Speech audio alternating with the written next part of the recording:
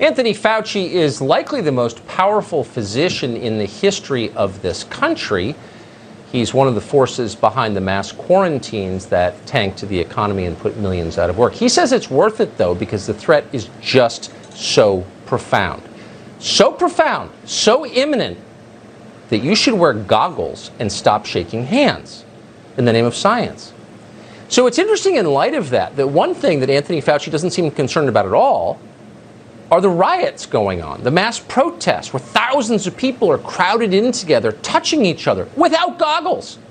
Fauci was asked about this on Capitol Hill today. Watch. Should we limit the protesting? I'm not sure what you mean. How do we say limit the protesting? Should government limit the protesting? I don't think that's relevant to.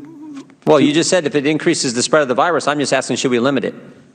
Well, I'm not in a position to determine what the government can do in a forceful way. Well, you make all kinds of recommendations. You make comments on dating, on baseball, on everything you can imagine. I'm just asking you just said that protests increase the spread. I'm just asking you, should we try to limit the protests? No, I think I would leave that to people who have more of a position to do that. I'm just making a statement that's a broad statement that avoid crowds of any type, no matter where you are. No limit to protests, but, boy, you can't go to church on Sunday.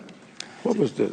I don't know how many times I can answer that. I'm not going to opine on limiting anything. I'm just going to tell you. You've opined on a lot of things, Dr. Fauci. Yeah, but Wow. Finally, a member of Congress capable of asking a follow-up question, and he's absolutely right.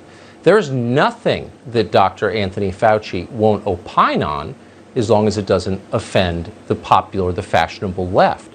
Sex with strangers online, no problem. Shaking hands, bad. Every day for the past several months, virtually, Dr. Fauci has advocated for a new coronavirus policy. Here he is on tape doing it earlier this month. I can say as a public health official that I would urge the leaders, the local political and other leaders in states and cities and towns to be as forceful as possible in getting your citizenry to wear masks. Oh, so he is willing to weigh in on specific responses. Government response. What a fraud this guy is. Put on your mask, get off your powerboat, put on some goggles, do it for public health. And by the way, the consequences don't matter. They're just inconveniences, he explained. I know it's difficult, but we're having a lot of suffering, a lot of death. This is inconvenient from an economic and a personal standpoint, but we just have to do it. Oh, we just have to do it. Really? Fauci is 79. But maybe if he had like 22-year-old kids who are trying to make their way in this world, in an economy that is headed down the tubes, thanks largely to his recommendations, he would feel differently.